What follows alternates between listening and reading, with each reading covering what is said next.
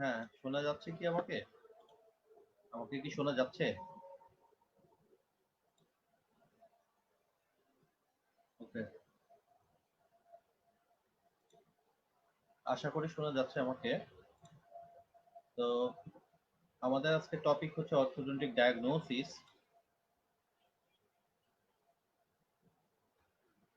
আজকে topic orthodontic diagnosis. তো দেরি না করে শুনে ফেলি, মায়ের ইস্যুর জন্য আসলে অনেক সময় লেগে গেল। আমার স্লাইড আশা করি দেখা যাচ্ছে।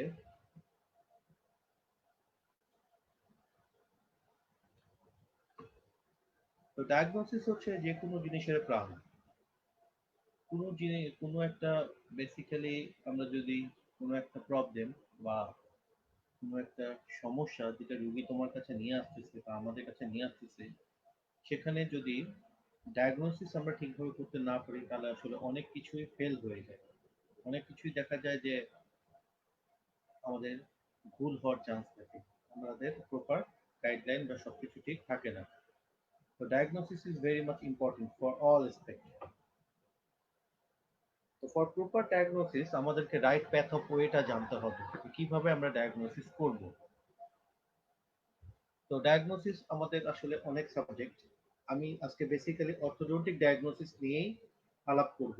এটার সাথে হয়তো অন্যান্য ডায়াগনোসিস যেমন হয়তো মেডিসিন বা সার্জারি বা এই ধরনের কোনো ডায়াগনোসিসের হয়তো কিছুটা ডিফারেন্ট থাকতে পারে।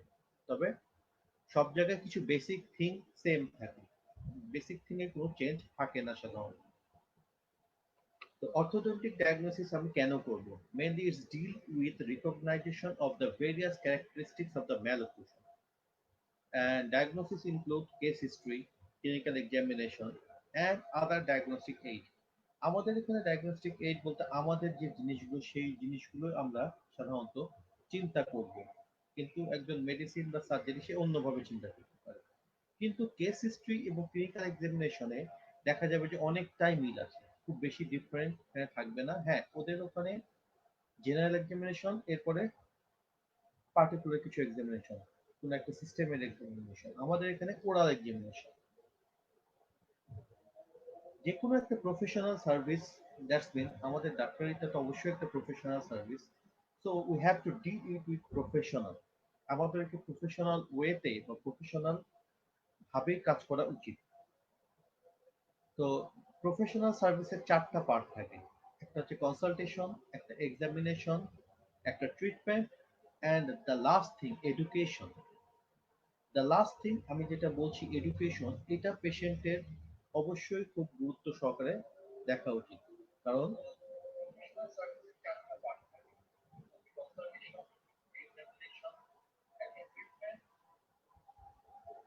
তো এডুকেশন যেটা, সেটা হচ্ছে যে আমরা কোনো একটা সমস্যা, পেশেন্ট আমাদের কাছে আসলো, আমি তাকে ট্রিটমেন্ট দিলাম, এরপর তাটা সেটা কিভাবে মেনটেন করতে হবে।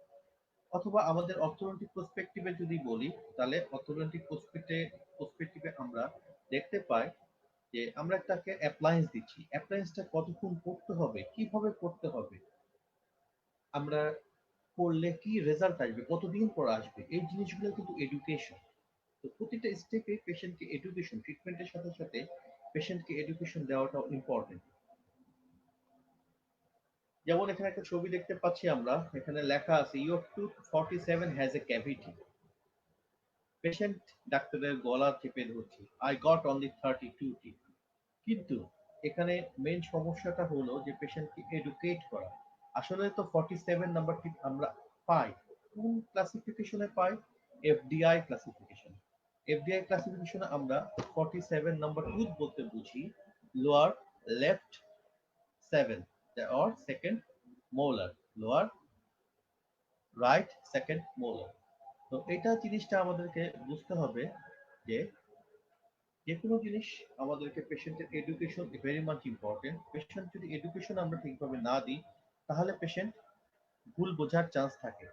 তো ডায়াগনস্টিক পারফর্ম অনেকভাবে হতে পারে, অনেকে অনেকভাবে দিতে পারে। যেমন ওই যে কেস হিস্ট্রি পার্ট, সেখানে থাকতে পারে particular of the patient, chief complain, history of present illness, past illness, medical history, dental history. কিন্তু আমাদের এখানে আমরা টোটাল ওভাবে আলাপ করব না, আমরা শুধুমাত্র যেটা আমাদের অর্থোডন্টিক রিলেটেড, সেটাই এখানে আমরা মেইনলি আলাপ করব। কারণ আমাদের ডেন্টাল অনেক এক্সামিনেশন আছে, ওরালের মধ্যে সফট টিস্যু আছে, ওরাল আছে, সফট টিস্যু আছে, লেশন থাকলে সেই লেশনেরও আলাদা এক্সামিনেশন থাকে। এরপরে আবার টেস্ট থাকে, যেমন অন্যান্য ক্ষেত্রে ভাইটালিটি টেস্ট থাকে, এরপরে আমাদের প্রভিশনাল ডায়াগনোসিস, তারপরে ইনভেস্টিগেশন, তারপরে ফাইনাল ডায়াগনোসিস, এবং এরপরে ফাইনাল ডায়াগনোসিস হলে কিন্তু ট্রিটমেন্ট প্ল্যান, এবং after my treatment plan, after treatment we have two prognosis এবং রিকল, এই জিনিসটা আমাদেরকে রাখা দরকার। কারণ আমাদের ডাটা একটা ইম্পর্টেন্ট জিনিস।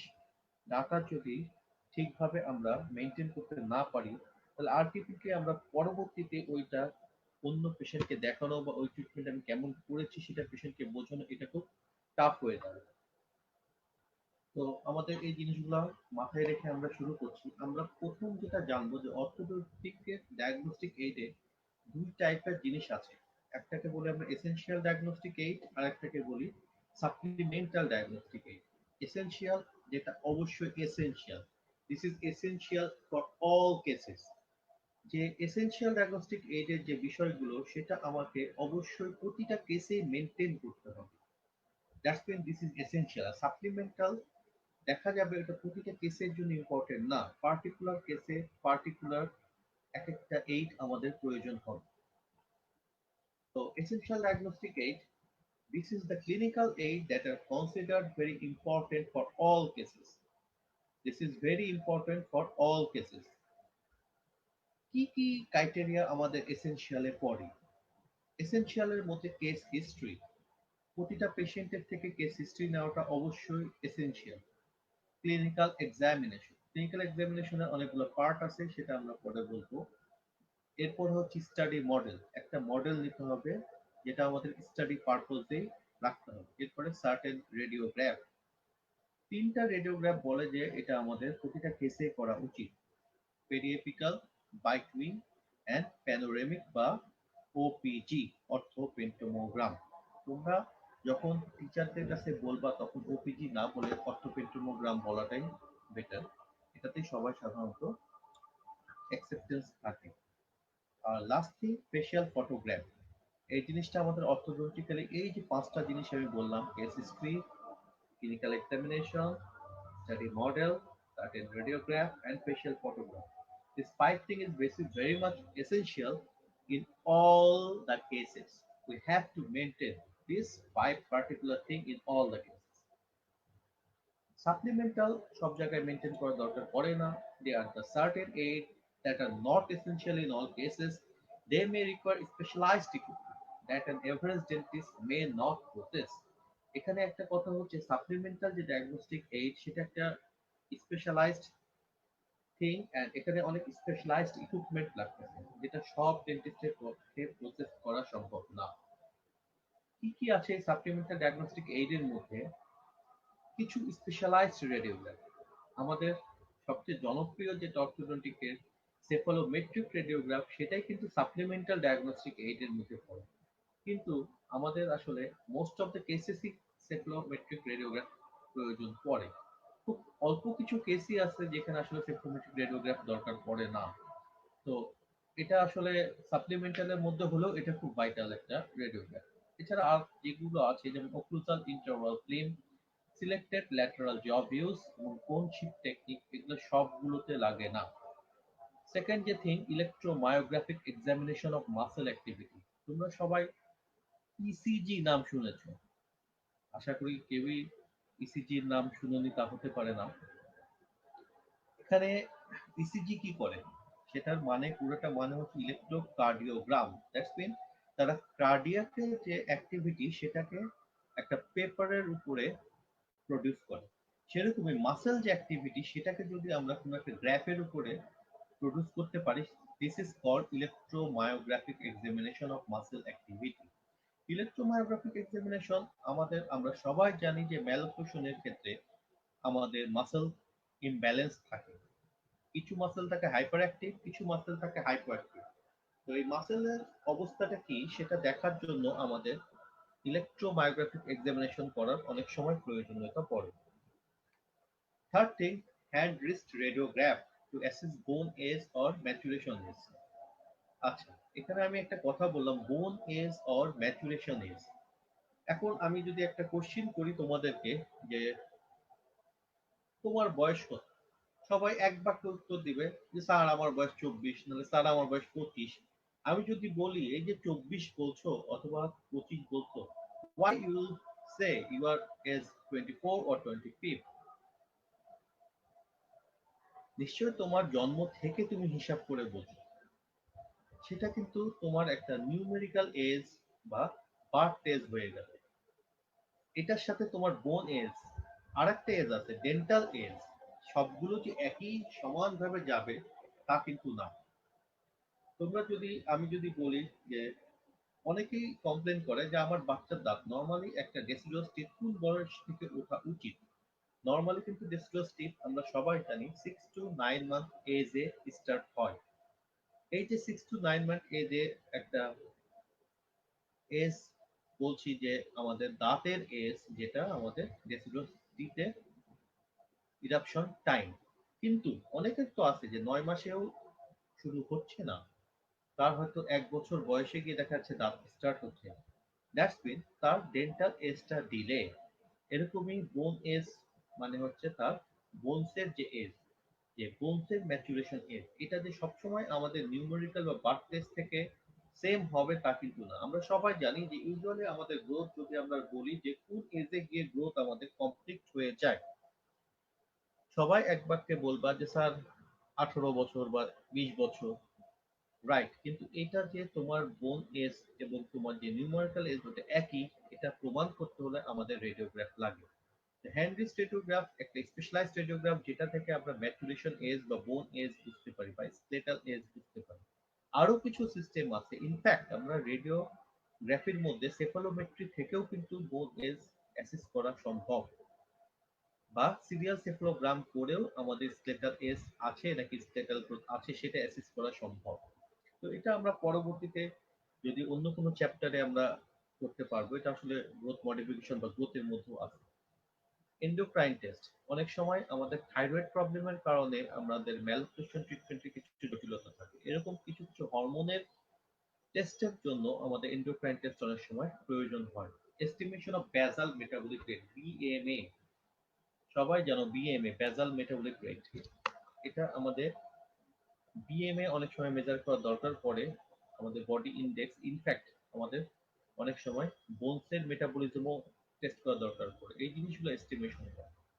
ডায়াগনস্টিক সেটআপ, আমি যদি আগে থেকেই দেখে নিই যে আমার ট্রিটমেন্টটা কেমন হবে, this is called diagnostic setup, বা আমাদের ট্রিটমেন্টের আউটকাম কেমন হবে, সেটা আমরা মডেলের মধ্যে করতে পারি। আরো কিছু স্পেশাল রেডিওগ্রাফ আছে যেমন ওক্লুজোগ্রাম।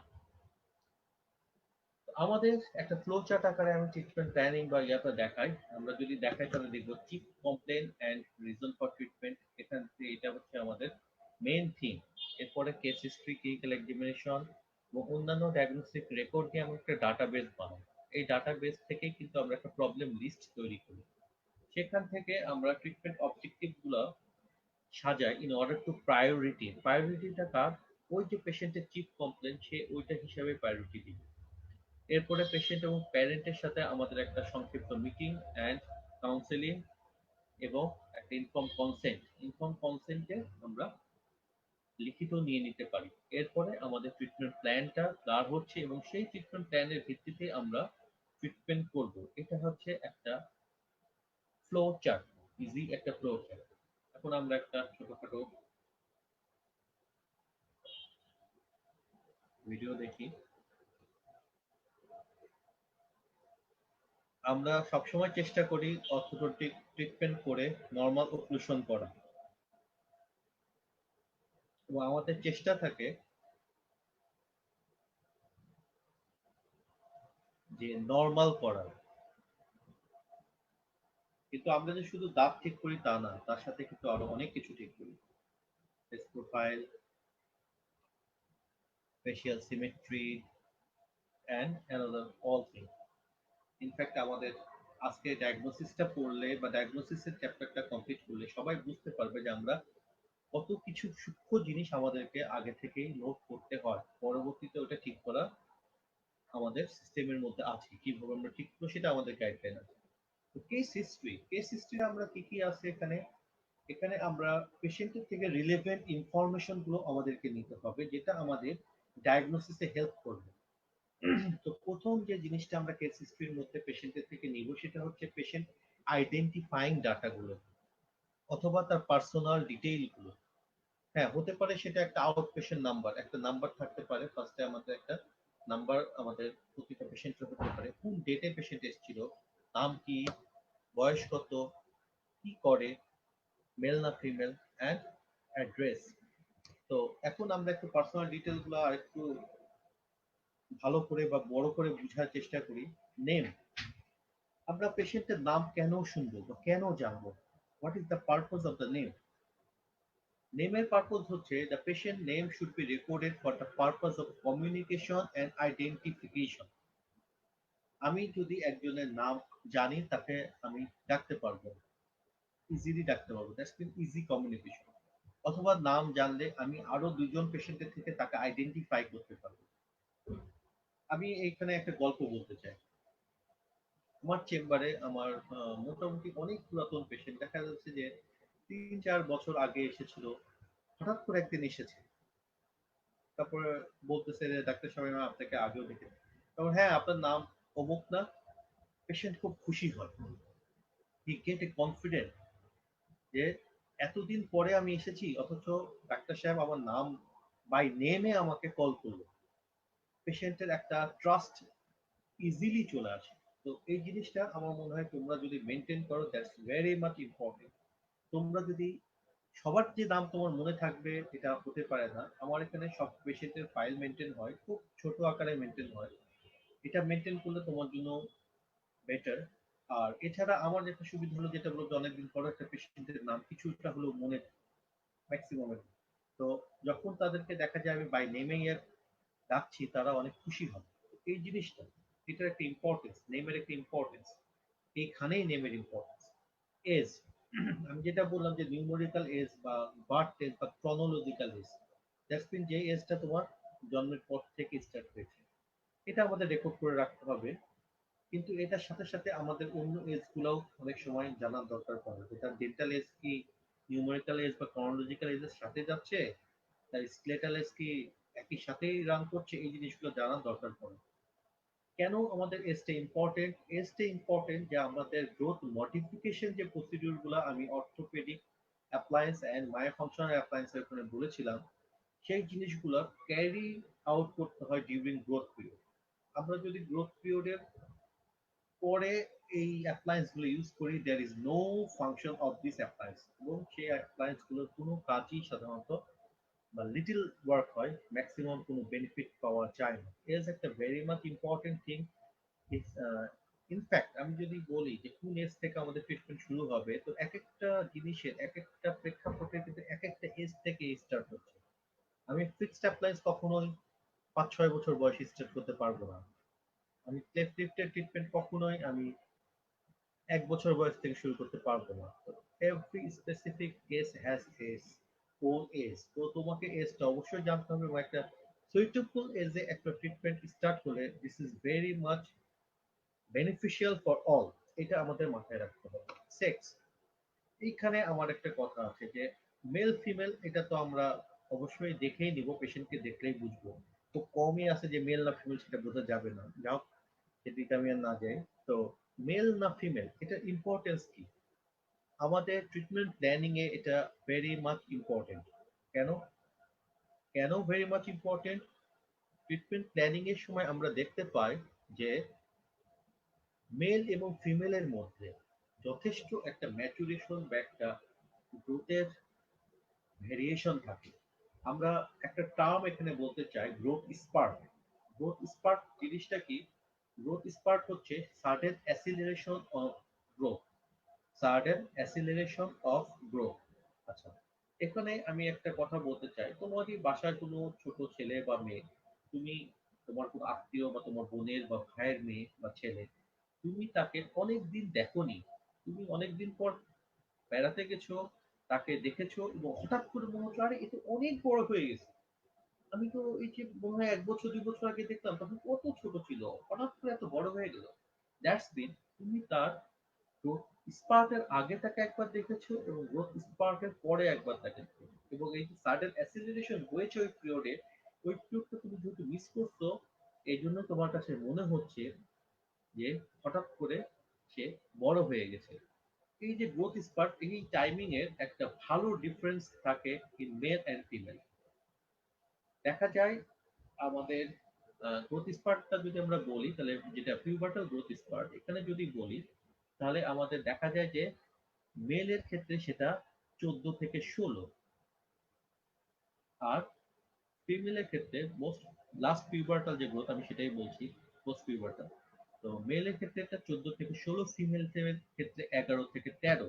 দ্যাটস মিন যে গ্রোথটা ফিমেলে 11 থেকে 13 বছর বয়সে হয়ে যাচ্ছে ওই সেম গ্রোথটা মেলে আমরা পাচ্ছি 14 থেকে 16 বছর বয়সে। দ্যাটস মিন আমরা যদি কাউকে গ্রোথ মডিফিকেশন থিঙ্ক করি একটা ফিমেলের ক্ষেত্রে আমাকে আগে থিঙ্ক করতে হবে। এবং এখানে কিন্তু মোটামুটি দেখা যায় যে প্রায় 2 থেকে 3 বছরের একটা গ্যাপ থাকে, খুব কম না কিন্তু। তারপরে কি দেখবো? Address and occupation. Address and occupation আমাকে কি হেল্প করবে? আমি পেশেন্টের সোশিও ইকোনমিক স্ট্যাটাস বুঝতে পারবো। পেশেন্টের সোশিও ইকোনমিক স্ট্যাটাস বুঝলে আমি ওই অনুযায়ী তার একটা ট্রিটমেন্ট প্ল্যান দাঁড় করাতে পারবো। আমি নিশ্চয়ই একটা খেটে খাওয়া দিনমজুর গরিব মানুষকে বলবো না যে আপনার ফিক্সড অ্যাপ্লায়েন্স দিয়েই কাজ করতে হবে। সে তো আমরা জানি যে ফিক্সড অ্যাপ্লায়েন্স হয়তো এফোর্ড করতে পারবে না। তাহলে আমরা তখন তাকে অন্য কোনো প্ল্যানে, যেখানে দেখা যাবে হয়তো আমি ফিক্সড অ্যাপ্লায়েন্স দিয়ে ট্রিটমেন্ট করছি, তার 100% ট্রিটমেন্ট করছি। কিন্তু আমি যদি তার রিমুভাল অ্যাপ্লায়েন্স দিয়ে ট্রিটমেন্ট করি, তাহলেও কিন্তু দেখা যাবে তার 80 বা 85% কারেকশন আমি করা সম্ভব। আমি তাকে সেই 80% কারেকশনই যদি অল্প পয়সায় করে দিতে পারি, তাহলেই কিন্তু আই হ্যাভ সাকসেসফুল বিকজ আমি তাকে তার সোশিও ইকোনমিক স্ট্যাটাস অনুযায়ী যতটুকু ঠিক করা সম্ভব আই উইল ডু দ্যাট। তো এই জিনিসটা আমাদের মাথায় রাখতে হবে, সবকিছু পেশেন্টের উপর চাপাই দিলে হবে না। সব সময় সব ট্রিটমেন্ট পেশেন্টকে আমি সাজেস্ট করতে পারবো না, এটা অবশ্যই আমাদের দেশের প্রেক্ষাপটে মাথায় রাখতে হবে। এরপরে আরো কিছু পার্সোনাল হিস্ট্রি আমরা নিতে পারি, যেমন তার ডায়েট। আমরা একটা জিনিস এখন খুব কমন হয়ে গেছে, তোমরা যারা ফাইনাল ইয়ারে মানে অনেকটা করেই ফেলেছিল তারা হয়তো দেখতে পাবা যে অনেকেই এসে বলে যে আমার বাচ্চার দাঁত পড়ে না, আমার বাচ্চার দাঁত দেখা যায় আটকে যায়, নিচ থেকে দাঁত উঠে আসে। That's mean the disgusted block out by permanently. আমি একটা জিনিস খেয়াল করেছি যে আজকালকার বাচ্চারা কেউ শক্ত খেতে পছন্দ করে না। আমাদের সময় কিন্তু we are eating so hard things like আখ, টোস্ট বিস্কিট, কিন্তু আজকালকার বাচ্চারা অত শক্ত ফুড খেতে পছন্দ করে না। এখানে কিন্তু দেখা যায় টুথ ইরাপশনে বা টুথের শেডিং টাইমে একটা বিরাট একটা ভূমিকা থাকে তার ডায়েটে। কেউ যদি শক্ত খায় তাহলে তার দেখা যায় একটু শেডিং টাইম টেবিলটা ঠিক থাকে, ইরাপশন টাইমটাও তখন ঠিক থাকে। মেরিটাল স্ট্যাটাস, এটা আমরা নিতে পারি, কারণ অনেক কিছু আছে যে অনেক ট্রিটমেন্ট আছে যে আমাদের বিয়ের আগের গুরুত্ব অনেক বেশি, দেখা যায় বিয়ের পরে ওই ট্রিটমেন্ট পেশেন্ট করলে করলো, না করলে না করলো। এটাও একটা ফ্যাক্টর যে কার জন্য কতটুকু জিনিসটা প্রয়োজন, তার সাইকোলজিক্যাল ইফেক্ট কতটুকু আছে। হ্যাবিটের মধ্যে আমাদের ওরাল হ্যাবিট তো জানতেই হবে, সাথে সাথে আরো কিছু হ্যাবিট যে তার আর কোনো টোবাকো, অ্যালকোহল, ড্রাগ হ্যাবিট আছে কিনা এটাও জানাটা জরুরি। এছাড়া ওরাল হাইজিন সে কিভাবে মেনটেন করে, কি মেথডে মেনটেন করে, এই জিনিসগুলো আমরা পার্সোনাল হিস্ট্রিতে নিয়ে নিতে পারি। এরপরে হচ্ছে চিফ কমপ্লেন। চিফ কমপ্লেনের ক্ষেত্রে আমাদের একটা জিনিস ভেরি মাচ ইম্পর্টেন্ট, যে অবশ্যই chief complain should be recorded in his or her own word, তার নিজের ভাষায় সেটাকে বর্ণনা এবং সেইভাবে আমাকে লিখতে হবে। কেন? এখানে কারণটা কি? এখানে কারণটা হচ্ছে যে পেশেন্ট আমাকে তার ডিজায়ারটা বলবে by his or her chief complain. আমাকে আইডেন্টিফাই করতে হবে তার প্রায়োরিটিস, সে আসলে কি চাচ্ছে। এই জায়গায় আমি একটা কথা আমার সব স্টুডেন্টকে সবসময় বলে থাকি, আমি আমার পেশেন্ট আমাকে 3টা কমপ্লেন করেছে, চিফ কমপ্লেনের মধ্যে সে ধরো 2টা বা 3টা আমাকে কমপ্লেন দিয়েছে। তার মধ্যে সে আমাকে বলেছে যে আমার দাঁতটা উঁচু, আমার দাঁতটা ফাঁকা। আচ্ছা, প্রথমে সে কিন্তু এমফাসিস করছে উঁচু, এবং দ্বিতীয়তে সে এমফাসিস করছে ফাঁকা, এরপরে সে বলছে আমার কামড় দিতে একটু অসুবিধা হয়। তুমি দেখা গেল তার ফাঁকাও ঠিক করলা, তার কামড় দিতে অসুবিধা যেটা হয় সেটাও ঠিক করলা, কিন্তু উঁচু ভাবটা অতটা কমাতে পারলা না। পেশেন্ট কি খুশি হবে? কারণ পেশেন্টের ফার্স্ট প্রায়োরিটি বা ফার্স্ট যে কমপ্লেনটা করেছে সেটা কিন্তু সে বলেছে আমার উঁচু। সে যদি ফার্স্ট কমপ্লেনটা করতো আমার ফাঁকা, তাহলে কিন্তু তুমি যদি ফাঁকা আর কামড়ের প্রবলেম ঠিক করে দিতা, উঁচুটা অতটা কারেকশন নাও করতা, তাও দেখা যেত পেশেন্ট বলতো যে না আমার ঠিক আছে। তো পেশেন্ট প্রায়োরিটি বা ডিজায়ারকে আমাদেরকে অবশ্যই মাথায় রেখে তার চিফ কমপ্লেনটা সাজাতে হবে। This is very much important in case of orthodontic treatment. হ্যাঁ, আবার এরকমও হওয়া যাবে না যে পেশেন্ট চিফ কমপ্লেন বলতে বলতে আমরা মানে মনে হচ্ছে সে তার লাইফ হিস্ট্রি বলতেছে। এটাও হওয়া যাবে না অবশ্যই।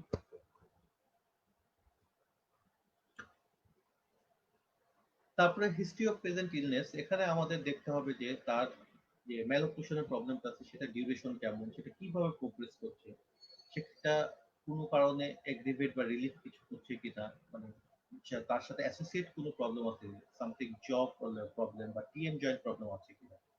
তারপরে detail of treatment undertake for the same and associate symptom বা এনি সাইকোলজিক্যাল ইস্যু, এই জিনিসগুলো আমাদের ইলনেসের সাথে সাথে দেখতে হবে। দেখতে হবে তার কোনো পাস্ট মেডিকেল হিস্ট্রি আছে কিনা, তার কোনো মেডিকেল হিস্ট্রির মধ্যে তার এপিলেপসি, হাইপারটেনশন বা থাইরয়েড প্রবলেম বা bleeding disorder, diabetic, rheumatic fever এই ধরনের প্রবলেমগুলো আছে কিনা সেটা আমাদের আগে থেকেই অবশ্যই নোট করে রাখতে হবে। এখানেও আমি একটা গল্প বলতে চাই। সেখানে হচ্ছে যে আমার এক পেশেন্ট, তাকে দেখে আমার কাছে মনে হচ্ছে তার অ্যাপ্রোপ্রিয়েট এজ হয়নি হয়নি এরকম মনে হচ্ছে, তাকে দেখতে বেশ ছোটখাটো লাগে। আমি পেশেন্টকে জিজ্ঞাসা করলাম, অনেকভাবে জিজ্ঞেস করলাম যে তার আর কোনো প্রবলেম আছে? আপনি বলছেন তার বয়স 13, কিন্তু তাকে দেখতে অনেক ছোটখাটো মনে হচ্ছে, তার কি আর কোনো সমস্যা আছে?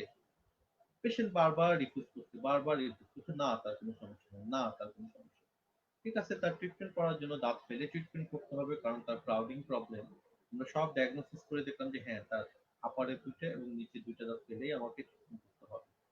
সব ডায়াগনস্টিক প্রসিডিউর শেষ করার পর এখন দাঁত ফেলতে গিয়ে আমরা তাকে বলি যে ওর কি রক্ত পড়া বা এরকম কোথাও কোনো সমস্যা আছে?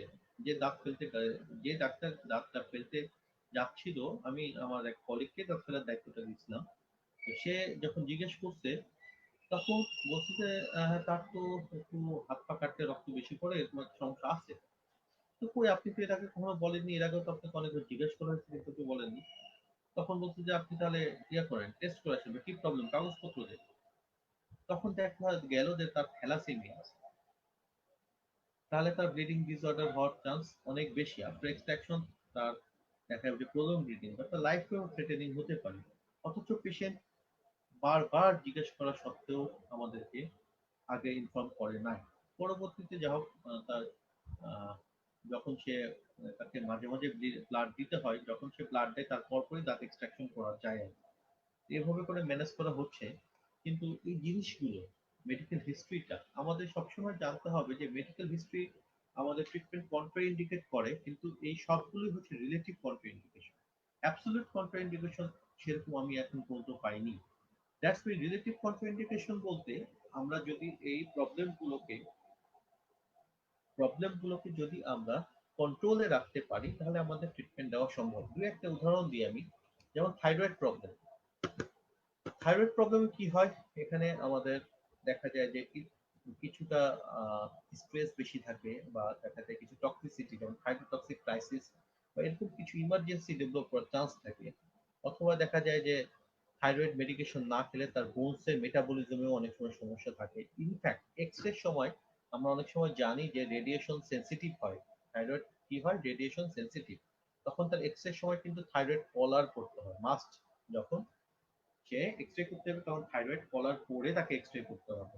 এরকম জিনিসগুলো আমাদের মাথায় রেখে ট্রিটমেন্ট জাস্ট করতে হবে। কিন্তু থাইরয়েডের জন্য আমি ট্রিটমেন্ট করতে পারবো না তা কিন্তু না।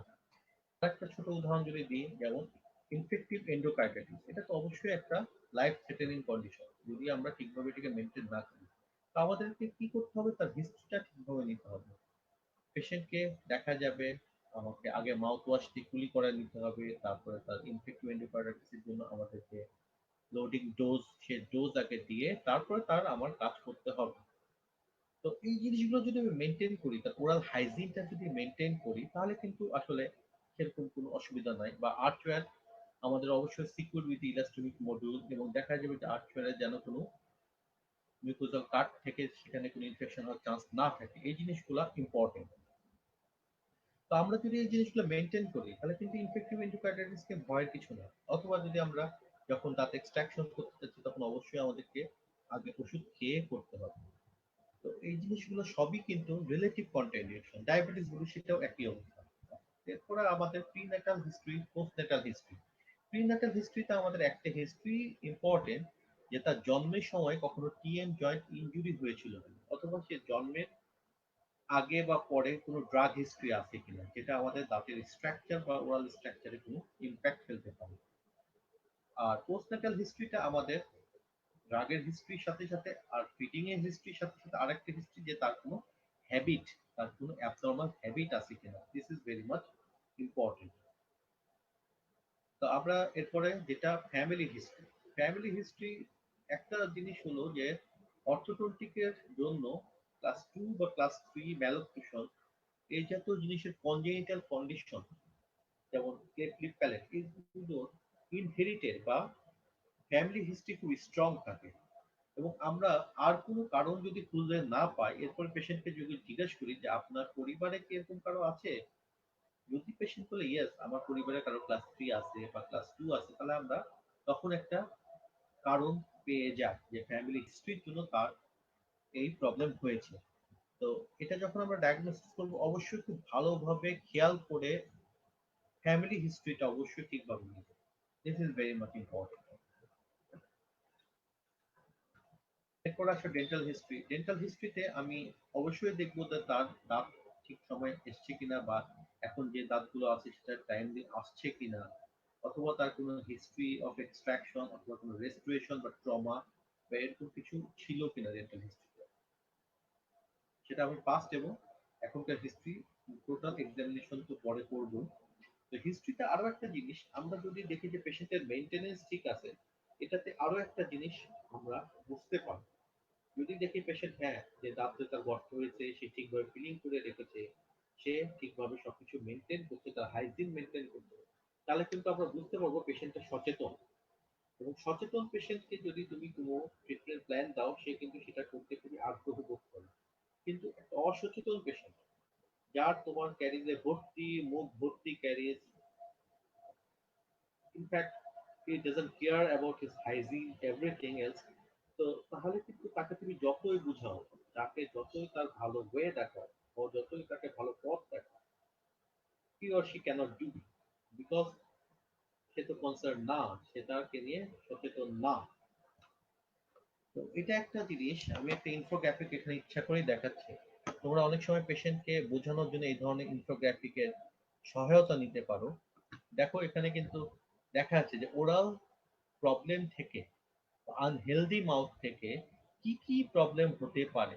সেটা অ্যাডভার্স ইফেক্ট থাকে প্রেগন্যান্সিতে, ইনফ্যাক্ট রেসপিরেটরি ট্র্যাক্ট ইনফেকশন হওয়ার চান্স থাকে, ওরাল বা কোলোরেক্টাল প্রবলেম হওয়ার চান্স থাকে, কার্ডিওভাস্কুলার ডিজিজ হওয়ার চান্স থাকে, ইনফ্যাক্ট ব্রেনের ডিজিজ হওয়ারও চান্স থাকে, এবং কোন কোন প্যাথোজেন কি করতে পারে সেটাও দেওয়া আছে। ডায়াবেটিস ইনসুলিন রেজিস্ট্যান্ট করতে পারে। তো এই যে আমরা এরকম যদি কিছু ইনফোগ্রাফিক আমরা আমাদের চেম্বারে লাগায় রাখি, তাহলে কিন্তু একটা পেশেন্ট এডুকেট হবে, সচেতন হবে যে হ্যাঁ আমার এই প্রবলেম গুলোর জন্য আমি কি কি আমার প্রবলেম হতে পারে। সে যদি তখন একটা কনসার্ন হবে, সে দেখা গেল তখন চিন্তা করবে আজ থেকে আমি আমার দাঁতের ব্যাপারে পুরোপুরি সচেতন। I will do my dental treatment as well as I maintain my dental procedure and dental things, daily routines, brushing, flossing, etc. তো এক্সামিনেশনে আমাদের এখন শুরু হচ্ছে ক্লিনিক্যাল এক্সামিনেশন, আমাদের কেস হিস্ট্রি শেষ। এক্সামিনেশনে গিয়ে আমাদের জেনারেল এক্সামিনেশন, যদিও অর্থোডন্টিক ট্রিটমেন্টে জেনারেল এক্সামিনেশন খুব বেশি দেখা যায় যে বেশি ডাটা এখানে গ্যাদার করা হয় না, অল্প কিছু ডাটা আমাদের জেনারেল এক্সামিনেশনে লাগে। এর সাথে ওরাল এক্সামিনেশন, ওরাল এক্সামিনেশন আমাদের অনেক ডাটা কালেকশন করতে হয়, এখানে এক্সটার্নাল ইন্টারনাল অনেক আছে। এবং ফাংশনাল এক্সামিনেশন, আমরা সবাই জানি আমাদের মুখের ফাংশন গুলো, আমরা ম্যাস্টিকেশন, রেসপিরেশন, সোয়ালোইং, স্পিচিং, এটি সব আমাদের ফাংশন। সেই ফাংশনাল এক্সামিনেশনও করতে হবে। জেনারেল এক্সামিনেশন আমরা হাইট এবং ওয়েট এটা কেন দেখব? এখান থেকে আমি ওই যে যেটা বললাম, একটা গল্প করলাম, এখান থেকে আমরা একটা ম্যাচুরেশনের হিস্ট্রি বা ফিজিক্যাল গ্রোথের একটা আন্দাজ পাবো পেশেন্টের। গেট, গেট মানে কি? Way person walk.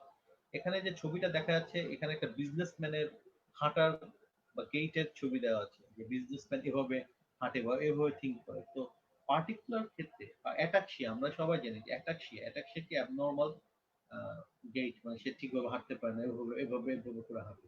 তো এরকম যে জিনিসগুলো, তার সাথে কোনো নিউরোমাসকুলার ডিসঅর্ডার এবং এটার সাথে ডেন্টাল কোরিলেশন থাকতে পারে, যেটা আমরা হাতটা দেখলেই বুঝতে পারি। এখানে আমি একটা গল্প শুনেছি, আমি এটা সত্যতা জানি না, তবে এটা সত্যি আমি মনে করি। আমাদের খুব রিনাউন্ড একজন নিউরোর ডাক্তার, দেশ বরেন্দ্র আর কি, উনি কখনো কোনো এক সচিব পর্যায়ের লোকে তার সাথে গেছে, তার ওখানে দেখা করতে। উনি তাকে বলছিল যে আপনি একবার দাঁড়ান, দাঁড়ান। সে দাঁড়িয়েছে এবং বসে, সে বসেছে এবং সে একবার দাঁড়ালো এবং একবার বসলো।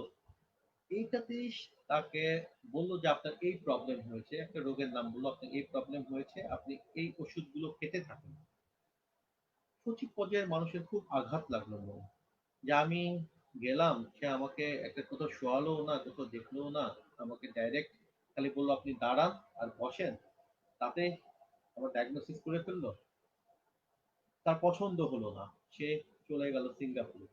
ওখানে গিয়ে বেশ অনেকদিন থেকে সে টোটাল সব ইনভেস্টিগেশন করে ডায়াগনোসিস করা হলো, এবং স্যার যে ডায়াগনোসিসটা বলেছিল এক্স্যাক্টলি ওই সেম ডায়াগনোসিসই তারা করলো, এবং তাকে বললো যে আপনি আমাদের দেশে উনাকেই দেখান, উনি সঠিক ডায়াগনোসিস এবং সঠিক ওষুধই দিয়েছে আপনাকে। তো উনি ফিরে আসলো দেশে। পরবর্তীতে সে আমাদের সেই দেশ বরেন্দ্র স্যারের সাথে দেখা করে উনি বলল যে আমি আপনার প্রতি খুবই সন্তুষ্ট বা খুবই অসন্তুষ্ট। তো প্রথম আমি সন্তুষ্ট কেন সেটা বলি। সন্তুষ্ট এই জন্য যে আপনি আমাকে শুধু একবার দাঁড়াতে বললেন, একবার বসতে বললেন, এবং আমার টোটাল ডায়াগনোসিস আপনি করে ফেললেন। অথচ এই একই জিনিস আমি সিঙ্গাপুরে গিয়ে আমাকে অনেক কাঠখড় পুড়িয়ে তারা ডাকবে। অসন্তুষ্ট কারণ সেদিন যদি আপনি আমাকে একটু ভালো করে দেখতেন, একটু আমাকে শুয়ে বা বসে একটু সময় নিয়ে দেখতেন, তাহলে আমার, ধরো যে একটা সাপোজ 15 লাখ টাকা খরচ করে সিঙ্গাপুর থেকে এই ট্রিটমেন্টের ব্যাপারে ধারণা নিয়ে আসতে হতো। তো এটাই হচ্ছে ইম্পর্টেন্ট থিং, যে আমাদের অনেকে অনেক ভালো ফিজিশিয়ান আছে, হয়তো কখনো কখনো ওই যে আমি প্রফেশনাল সার্ভিসের যে একটা ধাপ বলেছিলাম, সেইখানে গিয়ে আমাদের হয়তো কিছুটা ল্যাকিং অনেক সময় থেকে যায়। আমাদের এই জিনিসটা আরো ভালো বা টেক কেয়ার করা উচিত। Next thing, posture. Posture way a person stand or person sit. এখানে একজন দেখা যাচ্ছে মুখ তার জয়ের এখানে নিয়ে বসে আছে, আরেকজন দেখা যাচ্ছে মাথার এখানে নিয়ে বসে আছে বা চোখের এখানে নিয়ে বসে আছে। এরকম যদি ঘন্টার পর ঘন্টা একটা মানুষ এভাবে বসে থাকে, অথবা ঘন্টার পর ঘন্টা একটা মানুষ এভাবে করে দিয়ে বসে আছে একটা হাত, তাহলে definitely he or she give a pressure in his own face or own structure. এভাবে বসে থাকা মানে he will give pressure on mandible in his chin. So definitely there is an alteration in maxillomandibular relationship during this posture. তো এই জিনিসটাও আমাদেরকে দেখতে হবে। এটা আমরা অবজার্ভ করলেই পারবো পেশেন্ট বসে থাকার সময় কিভাবে বসে থাকছে, হাঁটার সময় কিভাবে হাঁটছে। হাইট ওয়েট তো চেক করাই যায়। এরপরে আমাদের যেটা দেখতে হয় বডি বিল্ড। বডি বিল্ডটা কেন দেখতে হয়? বডি বিল্ডের সাথেই সাথেই কিন্তু আমাদের ডেন্টাল আর্চের সাইজও দেখা যায়, বডি বিল্ড যার যেমন তার ডেন্টাল সাইজ আর্চও সেরকম। আমরা আগে থেকে একটা ধারণা পেয়ে যাই যে তার ডেন্টাল আর্চটা কেমন হবে। তো বডি বিল্ডের মধ্যে হতে পারে অ্যাস্থেটিক, হতে পারে প্লেথরিক, হতে পারে অ্যাথলেটিক। অ্যাস্থেটিক মিন নরমাল, অ্যাস্থেটিক মানে থিন বা রোগা, প্লেথরিক ওবেস। সাধারণত দেখা যায় যাদের থিন তাদের ডেন্টাল আর্চও ন্যারো হয়, যারা প্লেথরিক, যারা ওবেস তাদের dental arch square, large arch হয়। আর যারা অ্যাথলেটিক তাদের নর্মাল সাইজ থাকে। এটারই আমরা একটু যদি সায়েন্টিফিক্যালি বলতে চাই, তাহলে শেলডিওন ক্লাসিফিকেশন অফ বডি বিল্ড এখানে বলছে তারা এক্টোমরফিক, মেসোমরফিক, এন্ডোমরফিক। একটো মানে পাতলা সাতলা, মেজো মানে নর্মাল, আর এন্ডোমরফিক মানে ওবেস। এছাড়া আর কি কি আমরা দেখতে পারি? আমরা তার গেট আমরা দেখলাম, বডি বিল্ড দেখলাম, নিউট্রিশন স্ট্যাটাস দেখতে পারি, তার নিউট্রিশন ঠিক আছে কিনা। পোস্টার দেখছি, স্কিনের দেখতে পারি, কোনো ভাইটাল সাইন গুলো ঠিক আছে কিনা সেটা দেখতে পারি। ইনফ্যাক্ট আপনারা তার চোখে স্ক্লেরা বা কনজাংটিভা, তার পেরোর আছে কিনা, তার সায়ানোসিস, ক্লাবিং বা ইডিমা সবই দেখতে পারি, এই ধরনের ইনফরমেশন গুলা। কিন্তু আমার সবার ক্ষেত্রেই যে এটা ম্যান্ডেটরি তা না। আমি যদি এখানে কোনোটা দেখি কোনোটা না দেখি, নট এ ফ্যাক্টর। তো জেনারেল এক্সামিনেশনে আমরা এই সবই দেখতে পারি। এখন আমাদের চলে আসছি আমরা ক্লিনিক্যাল এক্সামিনেশন। ক্লিনিক্যাল এক্সামিনেশন মানে ওরাল এক্সামিনেশন, এখানে extra oral and clinical examination মধ্যে ওরাল এক্সামিনেশন, এখানে extra oral and intra oral. তো এক্সট্রা ওরাল এক্সামিনেশনে আমরা প্রথম যে জিনিসটা দেখবো সেটা হচ্ছে আমাদের শেপ অফ দ্য হেড, হেডের শেপ। হেডের শেপটা কেমন আছে সেটা দেখবো। শেপ অফ দ্য হেড তিন ধরনের শেপ আমরা পাই: মেজোসেফালিক, ডলিকোসেফালিক, ব্র্যাকাইসেফালিক। সেফালিক মানেই কিন্তু হেড, এটা একটা গ্রিক ওয়ার্ড, এটার মানে হেড। মেজো মানে আমরা যখনই মেজো পাবো বুঝে নেবো এটা normal. Dolichocephalic long and narrow head, brachycephalic broad and short. আমরা যারা মনে রাখার সুবিধা করতে চাও তারা মেজো তো অলওয়েজ নর্মাল এটা মনে রাখবা। আর brachycephalic broad, B B, B for B, brachycephalic broad, এই দুটো মনে রাখলে লং যেটা সেটা ডলিকোসেফালিক, এটা আমাদের অটোমেটিকই মনে থেকে যাবে। আমাদের এই হেডের ফর্মটা কিভাবে আসে? একটা নর্মাল আমরা শেপ অফ দ্য হেড যদি দেখি, এটা ডেফিনেটলি আমাকে পেশেন্টের পিছন থেকে দেখতে হবে। এবং এখানে আমরা নর্মালি শেপের হেডটা সাধারণত দেখা যায় যে উইড এবং ব্রেডের মধ্যে 1:8 বা 10:8। দ্যাটস মিন এটা যদি 100 হয় এটা 80 হবে, এটা নর্মাল। কিন্তু এটা যদি কম হয়ে যায় 100/85, তাহলে এটা হয়ে যাবে আমাদের ব্র্যাকাইসেফাল। আর যদি সেটা আরো লম্বাটে হয়ে যায়, দ্যাটস মিন ব্রেড যদি 70 আর ওয়েল যদি থাকে হচ্ছে উইথ যদি থাকে 100, তাহলে সেটাই হয়ে যাবে আমাদের ডলিকোসেফাল। তো হেড আমরা এটা দেখতে পারি। এরপরে যেটা আসছে ফেশিয়াল ফর্ম। ফেশিয়াল ফর্ম আমরা সবাই সিম্পল ক্লাসিফিকেশন বা সিম্পল ভাবেই বলি যে তোমরা বলবা। সেটা হতে পারে রাউন্ড আর oval, tapering and square. Round oval একই, হতে পারে ট্যাপার, হতে পারে স্কোয়ার। সেটা যদি আমরা সায়েন্টিফিক্যালি বলতে চাই তাহলে মেসোপ্রোসোপিক, ইউরাইপ্রোসোপিক, লেপ্টোপ্রোসোপিক। প্রোসোপিক মানেই কিন্তু ফেস, এটা একটা গ্রিক ওয়ার্ড এবং প্রোসোপিক মানে ফেস। তো মেজো মানে আবার বলছি, মেজো মানে অলওয়েজ নর্মাল, ইউরাই মানে ব্রড এন্ড শর্ট, ও লেপ্টো প্রোসোপিক মানে লং এন্ড ন্যারো। এখানে আবার মনে রাখার সুবিধার্থে আমরা দুটা জিনিস মনে রাখলে আর একটা অটোমেটিক মনে থাকবে, সেটা হচ্ছে মেজো মানে normal, lepto L for long, L for long, lepto L, long এর এল, লং। এটা যদি আমরা মনে রাখি তাহলে অটোমেটিকলি আমাদের মাথায় ইউরাইপ্রোসোপিক মানে ব্রড এন্ড শর্ট সেটা থেকে যাবে। তো আমরা যদি ছবিতে দেখার চেষ্টা করি, দিস ইজ রাউন্ড আর oval, this is taper, that's mean লম্বাটে হয়ে গেছে, আর দিস ইজ স্কোয়ার, গোল গোল টাইপের, দিস ইজ রাউন্ড।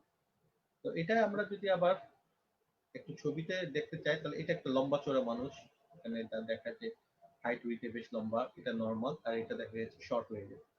তো আমরা এভাবে মেজার করতে পারি। Facial symmetry. ফেশিয়াল সিমেট্রি আসলে খুব গুরুত্বপূর্ণ জিনিস, কারণ ফেশিয়াল সিমেট্রি ঠিক না থাকলে তার লুকটাও অ্যাস্থেটিক থাকে না। ইনফ্যাক্ট তার দেখা যায় যে হাসিটা তো অ্যাস্থেটিক থাকে না। আর আমাদের তো সারা ওয়ার্ল্ডই হচ্ছে হাসির দিওয়ানা।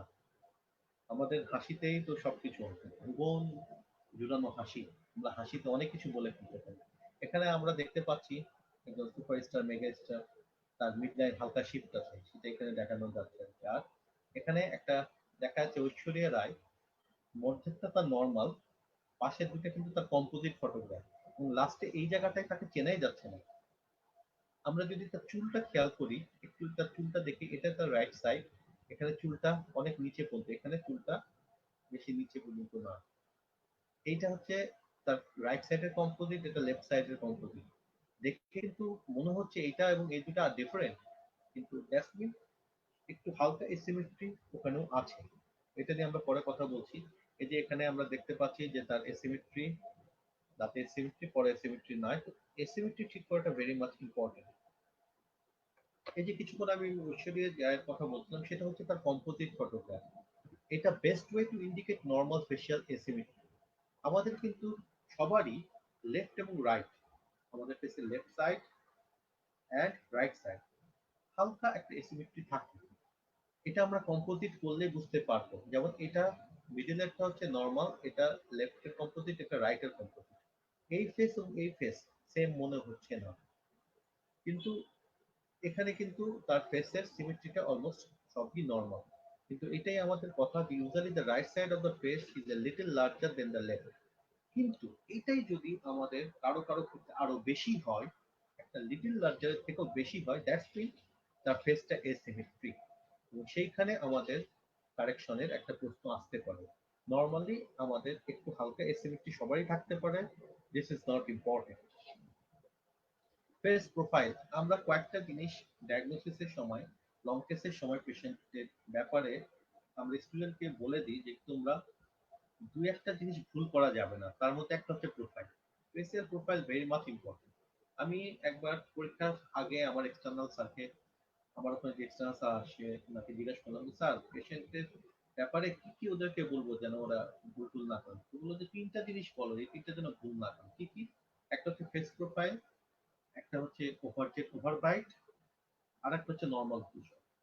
তাহলে মানে নর্মাল কুশন যেটা দেখাতে পারে। তো এই জিনিসগুলো এত বেসিক জিনিস, তো তার মধ্যে প্রোফাইলটা হচ্ছে ভেরি মাচ ইম্পর্টেন্ট। প্রোফাইলটা আমরা সবসময় মনে রাখবো যে আমরা পেশেন্টের সাইড থেকে দেখবো, অবশ্যই পেশেন্টের সাইড, সামনে থেকে কিন্তু না, পেশেন্টের পাশে গিয়ে দেখবো। এবং এটা থেকে আমি একটা ধারণা করতে পারি যে তার ম্যাক্সিলাম ম্যান্ডিবুলার রিলেশনে কোনো ডেভিয়েশন আছে কিনা। আমরা কোন কোন পয়েন্ট যোগ করব ফেস প্রোফাইল দেখতে গেলে? ফেস প্রোফাইল দেখতে গেলে আমরা তিনটা পয়েন্ট যোগ করব। একটা হচ্ছে ফোরহেডের ওখানে পয়েন্ট গ্ল্যাবেলা একটা পয়েন্ট, এখানে আমরা দেখি ফোরহেড বা এখানে আমরা বলি সফট টিস্যু গ্ল্যাবেলা একটা পয়েন্ট। তারপরে পয়েন্ট এ, যেটা আমরা বলি deepest curvature in upper lip and nasal contour. আরেকটা সফট টিস্যু পয়েন্ট বি বা পোগোনিয়াল, সফট টিস্যু পোগোনিয়াল, এটা most anterior point of the chin বা সফট টিস্যু পোগোনিয়াল বা পয়েন্ট বি যেটাই বলো। এই তিনটা পয়েন্ট দেখে আমি প্রোফাইলটা নির্ধারণ করব। তো এই তিনটা পয়েন্ট দেখবো তার আগে আমার কয়েকটা ক্রাইটেরিয়া আমি একটু বলে নিতে চাই। পেশেন্টের পজিশন কি হবে, ফেসের পজিশন কি হবে, ফেসটা এরকম থাকতে পারে, এরকম থাকতে পারে, এবং তোমার পজিশন কি হবে। পেশেন্টের পজিশনের ক্ষেত্রে আমি এখন জিজ্ঞাসা করি, তোমরা দেখে কমেন্ট দাও, কমেন্ট দেখলে আমি বুঝতে পারবো পেশেন্টের পজিশন কি দাঁড়ানো থাকবে নাকি বসে থাকবে নাকি শোয়া থাকবে। যদি বলো দাঁড়ানো, তাহলে তোমার পজিশন তখন কি হবে? যদি বলো বসা, তাহলে বসে যে যাবে সে কি এরকম আমাদের ডেন্টাল চেয়ার নর্মালি বসবে না কিভাবে বসবে? যদি এরপর হচ্ছে আমি কোন দিক থেকে দেখবো, সেটা তো আগেই বলছি যে আমি সাইড থেকে দেখবো। আচ্ছা, এখানে হচ্ছে আমি তাহলে এখন একটু বলি, অবশ্যই আমাদের পেশেন্টের পজিশন দাঁড়িয়েও হতে পারে বসেও হতে পারে, কোনো ব্যাপার না, কিন্তু পেশেন্ট এবং তোমার লেভেল প্যারালাল হতে হবে, তোমার আইস লেভেল এবং পেশেন্টের লেভেল প্যারালাল হতে হবে। আমরা ইউজুয়ালি যেটা করে থাকি, আমাদের ডেন্টাল চেয়ারে বসিয়ে পেশেন্টের back unsupported, back unsupported that's mean আমরা এরকম, সে ব্যাক রেস্টে শুয়ে থাকবে না, সে সোজা সামনে চলে এসে সোজা হয়ে বসে থাকবে। এইটা প্রোফাইল দেখার জন্য ভেরি মাচ ইম্পর্টেন্ট, এই পয়েন্টগুলো অবশ্যই মনে রাখতে হবে। দেন পেশেন্টের ফেসের পজিশন, ফেস তো এরকমও থাকতে পারে, ফেস তো এরকম উপরে থাকতে পারে না, ফেসের পজিশনটা অবশ্যই আমাদের যেটা মেনটেন করতে হবে সেটা হচ্ছে যে প্যারালাল টু দা ফ্লোর হবে, প্যারালাল টু দা ফ্লোর হবে। আমি এটা সম্পর্কে একটা ভিডিও দেখাবো একটু পরে। প্যারালাল টু দা ফ্লোর হবে, দ্যাটস মিন আমাদের আই ইয়ার প্লেন বা ফ্র্যাঙ্কফুট হরাইজন্টাল প্লেন যেটা আমরা হার্ট টিস্যুতে পাই সেটা ফ্লোরের প্যারালাল হবে। এরপরে ডক্টরস পজিশন যেটা বলছি, ডক্টরস অবশ্যই লেভেলে থাকবে। তাহলে এই সব কিছু মেনটেন করলে আমরা তিন ধরনের প্রোফাইল পাই, হতে পারে স্ট্রেট বা নর্মাল বা অর্থোগনেটিক, হতে পারে কনভেক্স, হতে পারে কনকেভ। স্ট্রেট প্রোফাইল মানে স্ট্রেট, কনভেক্স প্রোফাইল সাধারণত আমরা ক্লাস 2 ডিভিশন 1 বা ক্লাস 2 ডিভিশন 2 এ পাই, কনকেভ প্রোফাইল ক্লাস 3 তে পাই। এখন এই ভিডিওটা দেখলে তোমরা প্রোফাইল আরো ভালো বুঝবা।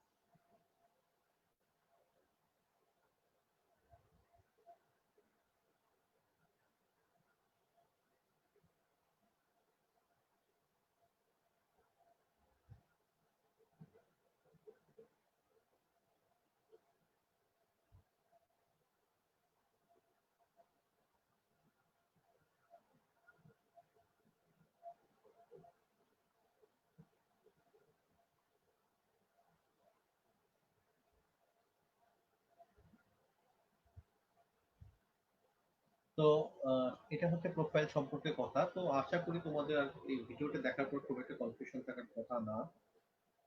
নেক্সট হচ্ছে ফেসিয়াল ডাইভারজেন্স। ফেসিয়াল ডাইভারজেন্স জিনিসটা কি?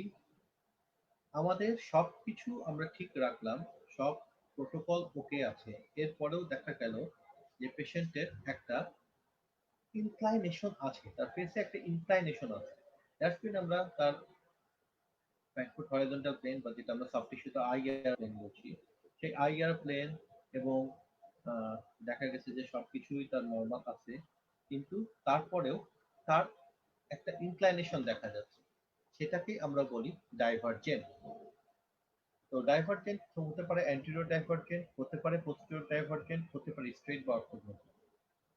এরপরে যে জিনিসটা আমরা দেখবো সেটা হচ্ছে অ্যাসেসমেন্ট অফ অ্যান্টেরিয়র পোস্টেরিয়র জ রিলেশনশিপ।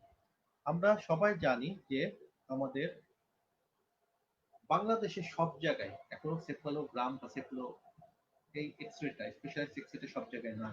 তাহলে এরকম অনেক জায়গা আছে যেখানে তুমি সেফালোগ্রাম পাবা না, কিন্তু সেখানে যদি তুমি দেখতে চাও যে হ্যাঁ একটা মোটামুটি হলেও ধারণা পেতে চাও যে আমাদের জ রিলেশনশিপটা ঠিক আছে কিনা, তখন আমরা এই এক্সামিনেশনটা করি, সেটা একটা আন্দাজ দিতে পারি। এখানে কি করতে হয়, আমাদের ইন্ডেক্স এবং মিডল ফিঙ্গার, ইন্ডেক্স ফিঙ্গারটা আমরা পয়েন্ট এ তে বসাবো এবং বি তে বসাবো হচ্ছে মিডল ফিঙ্গার। এরপর আমাদের হ্যান্ড লেভেলটা দেখতে হবে, ফেসের সাথে হ্যান্ড লেভেলটা যদি এরকম স্ট্রেট থাকে তাহলে নর্মাল, স্ট্রেট থাকলে নর্মাল বা ক্লাস কম। যদি দেখা যায় যে আমাদের ইন্ডেক্স ফিঙ্গারটা বা হাতটা উপরের দিকে উঠে গেছে, তাহলে সেটা ক্লাস টু পেশেন্ট, স্টেটাল প্যাটার্নটা ক্লাস টু হবে। আর যদি দেখা যায় যে আমাদের ডাউনওয়ার্ড হয়ে গেছে হ্যান্ডের পয়েন্টগুলো, তাহলে সেটা ক্লাস থ্রি পেশেন্টের ক্ষেত্রে এরকম হতে পারে। এরপরে অ্যাসেসমেন্ট অফ ভার্টিক্যাল জ রিলেশনশিপ। আমরা অনেক সময় এই কেস জিনিসটা তোমরা শুনে থাকো, হাই অ্যাঙ্গেল কেস, লো অ্যাঙ্গেল কেস। এই যে হাই অ্যাঙ্গেল লো অ্যাঙ্গেল সেটা কিভাবে বুঝবো? নর্মালি আমাদের যদি আমরা একটা লাইন ড্র করি from the Frankfort horizontal plane, যেটাকে আমরা আইআর প্লেন বলি, আর একটা হচ্ছে যদি ম্যান্ডিবলের লোয়ার বর্ডার দিয়ে একটা যদি লাইন ড্র করি, তাহলে আমরা যে দুটা লাইন গেল সেই দুটা দিয়ে একটা অ্যাঙ্গেল পাবো। এটাকে, এই অ্যাঙ্গেলটাকে আমরা যদি দেখা যায় যে কোথায় মিট করছে তার উপরে আমাদের ভার্টিক্যাল রিলেশনটাকে আমরা মেজার করতে পারি। যদি সেটা এভারেজ থাকে তাহলে নর্মাল, যদি রিডিউস হয়ে যায় অথবা ইনক্রিজ হয়ে যেতে পারে, তাহলে আমরা এখানে কি দেখতে পাবো, এটা নর্মাল অক্সিপিটাল রিজনে মিট করার কথা। কিন্তু যদি এটা অক্সিপিটাল রিজনের বিয়ন্ডে মিট করে তাহলে তার ফেসিয়াল অ্যাঙ্গেলটা হচ্ছে লো, এবং সেক্ষেত্রে তার ফেসিয়াল হাইটটা লো হবে এবং তার গ্রোথটা হবে সামনের দিকে বেশি, that's mean horizontal growing face. কিন্তু এই দুটা প্লেন যদি মিট করে anterior to the occipital region, তাহলে এটা ইন্ডিকেট করে হাই অ্যাঙ্গেল ফেস, যেটাকে আমরা বলি ভার্টিক্যাল গ্রোয়িং পেশেন্ট, যেটাকে আমরা বলি ভার্টিক্যাল গ্রোয়িং পেশেন্ট। এবং এটার ওদের গ্রোথটা হচ্ছে ভার্টিক্যাল বেশি থাকে বা হাইট, লোয়ার ফেসিয়াল হাইট বেশি থাকে। তারপরে ফেসিয়াল প্রপোর্শন আমরা দেখতে চাই, কেন দেখতে চাই, যে তার ফেসটা কি আসলে অ্যাস্থেটিক সেটা দেখার জন্য। আমরা ফেসিয়াল প্রপোর্শনকে হরাইজন্টাল এবং ট্রান্সভার্স দুই ভাগে ভাগ করতে পারি। হরাইজন্টালে যদি ভাগ করি তাহলে আমরা ফেসিয়াল প্রপোর্শনটাকে চারটা লাইন দিয়ে তিনটা ভাগে ভাগ করব। সেটা আমরা সামনে দিয়েও করতে পারি, সাইড দিয়েও করতে পারি, নো প্রবলেম। কোথায় কোথায় লাইনগুলো হবে? হেয়ার লাইন, তারপরে ইন্টারনাল অরবিটাল ওখানে, তারপরে lower quarter of the nose, তারপরে lower quarter of the chin, just between the nose and chin. এখানে যদি আমরা চারটা, একটা হেয়ার লাইন, একটা সুপ্রাঅরবিটাল রিজ, একটা বেস অফ দা নোজ আর একটা ইনফেরিয়র বর্ডার অফ দা চিন, এই চারটা দিয়ে যদি দাগ টানি তাহলে আমরা প্রতিটা ভাগ আমরা one third one third one third করে পেতে পারি। নর্মালি দেখা যায় আমাদের যে ডাটাগুলো আমরা পাই, এই ডাটাগুলো আমাদের দেশের প্রেক্ষাপটে কি হবে আমরা জানি না। এখানে যে ডাটা বা এই যে ছবিটা দেখা যাচ্ছে, এখানে কিন্তু আমরা দেখতে পাচ্ছি যে নিচের যে ফেসিয়াল হাইট সেটা একটু বেশি মনে হচ্ছে, এবং Caucasian the lower facial height বা lower facial curve often slightly longer than the central curve. কিন্তু নর্মালি একটা আইডিয়াল ফেসে বলা হচ্ছে one third one third one third. কিন্তু এটা এক একটা রেসে এক এক রকম হতে পারে, আমাদের বাংলাদেশের রেসে এটা কি এখনো আমরা জানি না, এটা আমাদের জানা নাই। আরেকটা হচ্ছে ভার্টিক্যাল, যদি আমরা 6টা লাইন টানি তাহলে প্রতিটা ভাগ একটা চোখের সমান হবে। আমরা এই ভাগগুলা, একটা হচ্ছে inner canthus of the eye, একটা outer canthus of the eye, আর লাস্টেরটা যাবে base of the ear to helix of the ear. এই যে 6টা লাইন দিয়ে আমরা 5টা ভাগ করলাম, প্রতিটা ভাগ একটা চোখের সমান হবে। আর একটা জিনিস বলা আছে, যদি আমরা পিউপিল থেকে একটা দাগ টানি তাহলে সেইটা হবে আমাদের উইথ অফ দ্য মাউথ। এই যে লাল দুটো দাগ দেখা যাচ্ছে, সেটা হবে উইথ অফ দ্য মাউথের সমান। এটা একটা আইডিয়াল ফেসের ক্রাইটেরিয়া। তো আমাদের ফেস কারো আইডিয়াল আছে কিনা আমরা একটা ছবি তুলে এইভাবে করে দেখে নিতে পারি। এরপরে এক্সামিনেশন অফ লিপ। লিপ আমাদের জন্য ভেরি মাচ ইম্পর্টেন্ট। সেটা হতে পারে কম্পিটেন্ট, হতে পারে ইনকম্পিটেন্ট, হতে পারে পোটেনশিয়ালি কম্পিটেন্ট অর ইনকম্পিটেন্ট, হতে পারে ইভার্টেড, হতে পারে স্ট্র্যাপ লাইক ওয়াল। তো লিপটা আমাদের আগে দেখে নিতে হবে, ছবি তুলে রাখতে পারি। এটা হচ্ছে স্ট্র্যাপ লাইক লোয়ার লিপের একটা উদাহরণ। এটা কি হয়, এক্সপ্রেসিভ এক্সেসিভ রেট্রোক্লাইনেশন হয়ে যেতে পারে দাঁতগুলো। কেন? এক্সপ্রেসিভ বিহেভিয়ার দেয় সেই যে কোনো একটা এক্সপ্রেশনের সময়, বিশেষ করে লোয়ার লিপে এটা বেশি দেখা যায়। তারপরে নোজকে দেখতে হবে, নোজের সাইজ, কন্ট্যুর, নস্ট্রিল। চিনকে দেখতে হবে, চিনের ওখানে আমাদের তিনটা জিনিস দেখতে হবে। একটা হচ্ছে চিনের পজিশন বা প্রমিনেন্স, এখানে যে মেন্টালিস মাসেল আছে সেটার অ্যাক্টিভিটি, আর একটা mento level, that's mean lower লিপের থেকে মেন্টাল রিজনের ওখানে যে সালকাসটা, সেই সালকাসটা দেখতে হবে। সেই সালকাসটা এরকম ডিপ হতে পারে ক্লাস 2 ডিভিশন 1 এ। মেন্টালিস অ্যাক্টিভিটি হাইপার অ্যাক্টিভ হতে পারে ক্লাস 2 ডিভিশন 1 এ। আর চিন পজিশন বা প্রমিনেন্স সামনে থাকতে পারে ক্লাস 3 তে। এই জিনিসগুলো আমাদের অবশ্যই নোট করতে হবে। তারপরে যেটা হচ্ছে নেজো ল্যাবিয়াল অ্যাঙ্গেল। এখানে আমরা নরমালটা মাঝখানে দেখতে পাচ্ছি, এটা হচ্ছে অ্যাকুট মানে ছোট, এটা হচ্ছে অবটিউজ মানে বড়।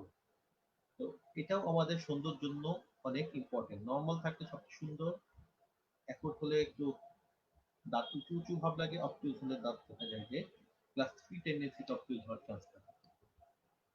এরপরে অ্যাসেসমেন্ট অফ স্মাইল। হাসিটা তো সবারই ভালো, একটা সুন্দর হাসি দিয়ে অনেক কিছু ভুলিয়ে দেওয়া যায়, অনেক কিছু কনভিন্স করা যায়। ইনফ্যাক্ট আমি একজনকে একটা কোশ্চেন করলাম, তুমি কি এটা চাও, একটা হাসি দিয়ে অ্যান্সার দিয়ে দেওয়া যায়।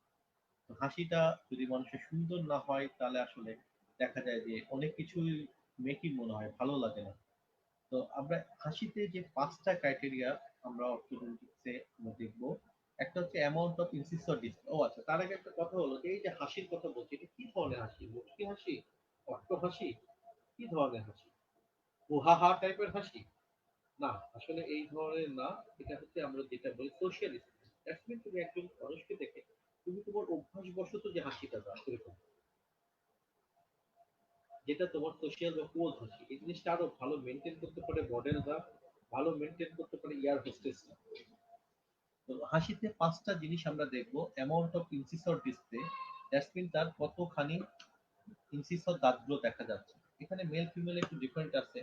মেলের ক্ষেত্রে এবং ফিমেলের ক্ষেত্রে দুজনের ক্ষেত্রে 100% দেখা যাওয়াটা ভালো, কিন্তু মেলের ক্ষেত্রে ফিমেলের থেকে একটু কম দেখা যেতে হবে। তারপরে অ্যামাউন্ট অফ জিঞ্জিভাল ডিসপ্লে বলা আছে, মেলের ক্ষেত্রে জিঞ্জিভাল ডিসপ্লে 0, ফিমেলের ক্ষেত্রে 1 to 2 মিলিমিটার হলেও সেটা aesthetic. Gingival height, gingival height, the level of gingival margin, দেখা যায় যে সেন্ট্রাল থেকে ল্যাটারাল একটু নিচে থাকে, আবার তারপরে ক্যানাইনেরটা আরেকটু উঁচু থাকে, এরপরে পর্যায়ক্রমে 0.5 করে কমতে থাকে। তারপরে বাক্কাল করিডোর। বাক্কাল করিডোর মানে হচ্ছে আমরা যদি প্রিমোলার রিজন এবং কর্নার অফ দ্য লিপের ওখানে যে একটা ব্ল্যাক শ্যাডো পড়ে সেটাকে বলে বাক্কাল করিডোর। বাক্কাল করিডোর বেশি থাকলেও খারাপ লাগে, কম থাকলেও খারাপ লাগে। যদি না থাকে তাহলে সেটা মনে হয় denture like smile, denture like smile. তো আমাদের বাক্কাল করিডোর একটা অল্প পরিমাণে থাকলে, আবার যদি বেশি থাকে তাহলে বুঝতে হবে আর্চ ন্যারো আছে, আমরা সেখানে আর্চকে এক্সপান্ড করার সুযোগ আছে। আরেকটা হচ্ছে স্মাইল আর্ক। এটার কি জিনিস? এটা হচ্ছে লোয়ার লিপের সাথে আপার লিপের যে কন্ট্যুর সেখানে একটা আর্ক ফর্ম করে। এটাও অবশ্যই ইম্পর্টেন্ট হাসির সৌন্দর্যের জন্য। এখানে আমরা 3 ধরনের আর্ক পেতে পারি। এটা হচ্ছে normal, normal arc.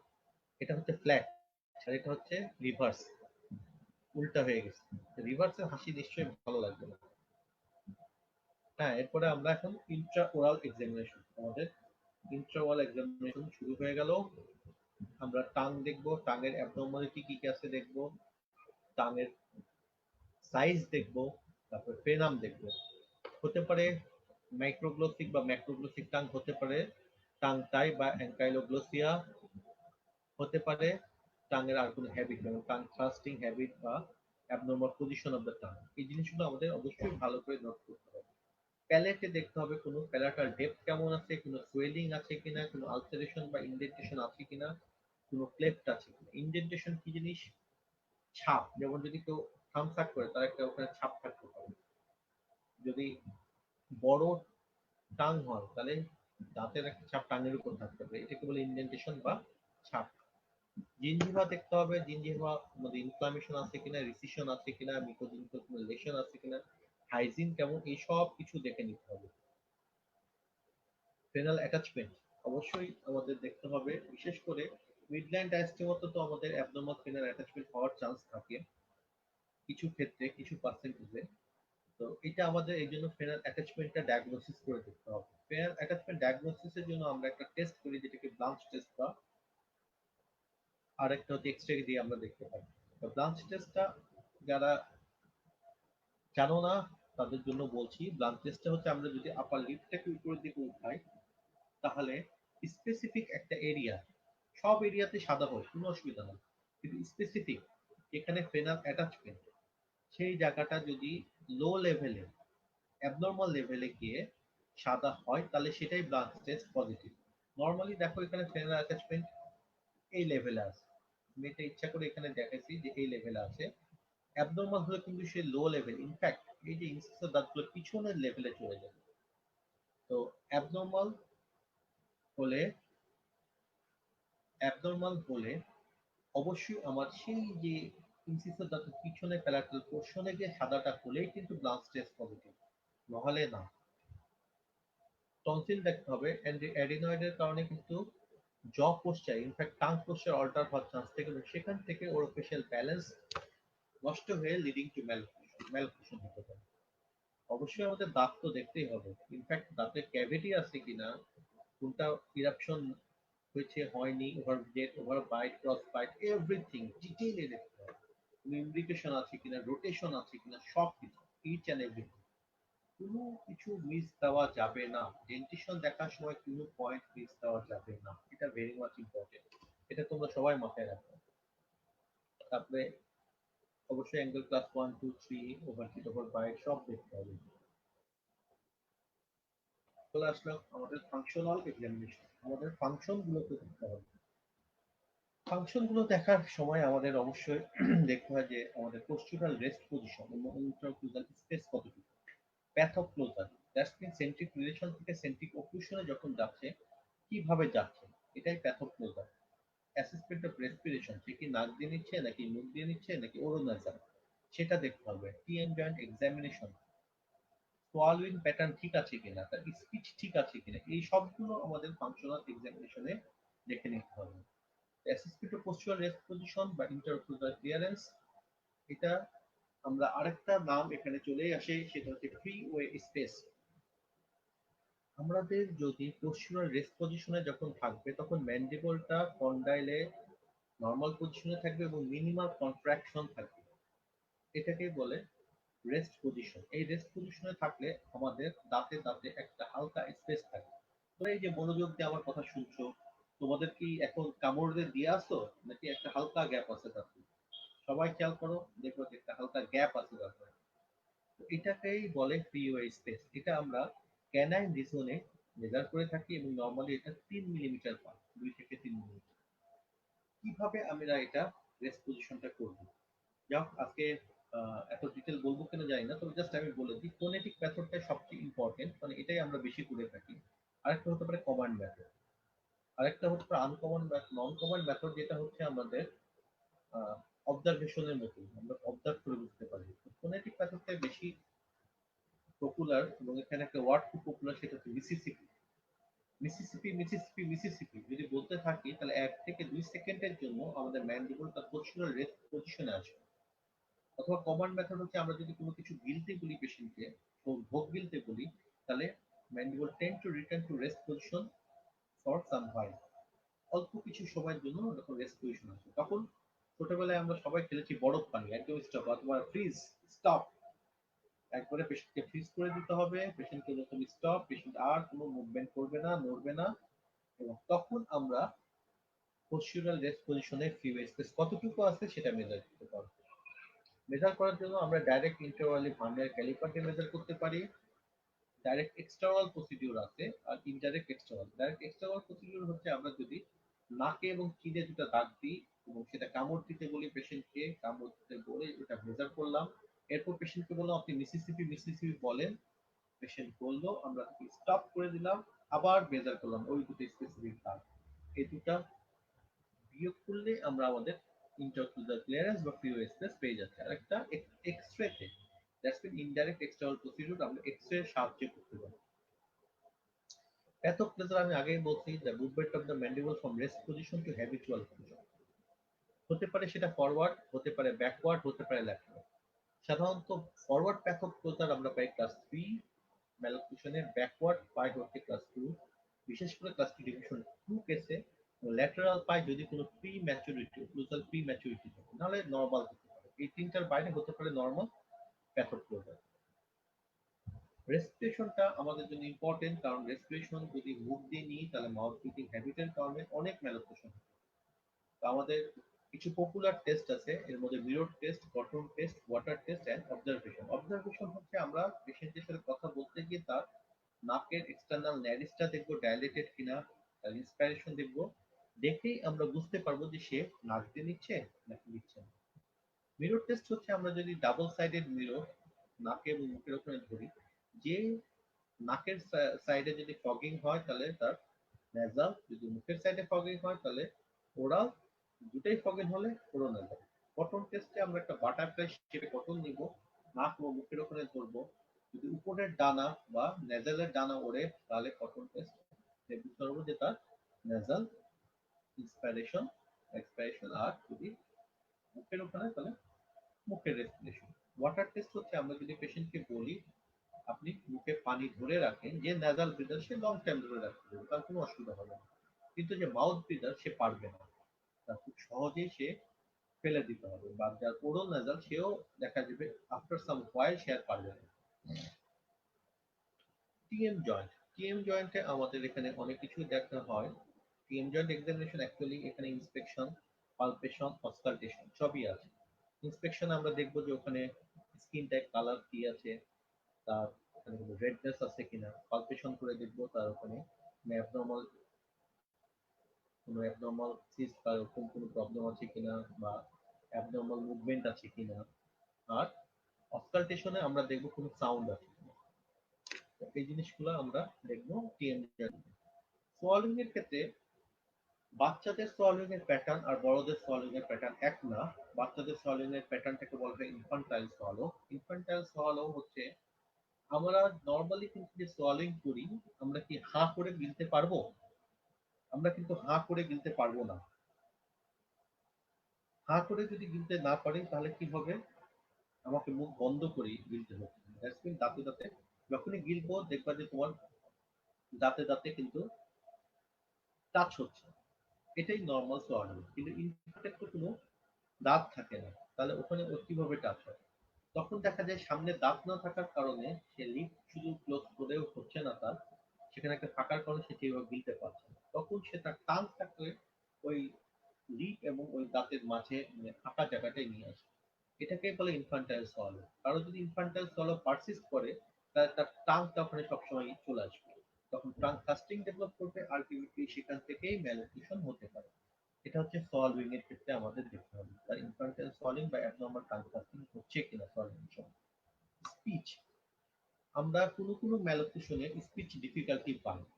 Even class 3 malnutrition speech difficulty পাই যদি দেখা যায় দাঁত অ্যাবনর্মালি পজিশন, তাহলে স্পিচ ডিফিকাল্টি পায়। তোমরা এই যে আমি কথা বলছি, তোমরাও কথা বলতে গিয়ে দেখবে যে তোমাদের জিভটা বিভিন্ন জায়গায় টাচ করছে, বিশেষ করে আমাদের আপার ইনসিসের পিছনে অনেকবার টাচ করছে, অনেক শব্দ উচ্চারণ করতে গিয়ে ওখানে টাচ করছে।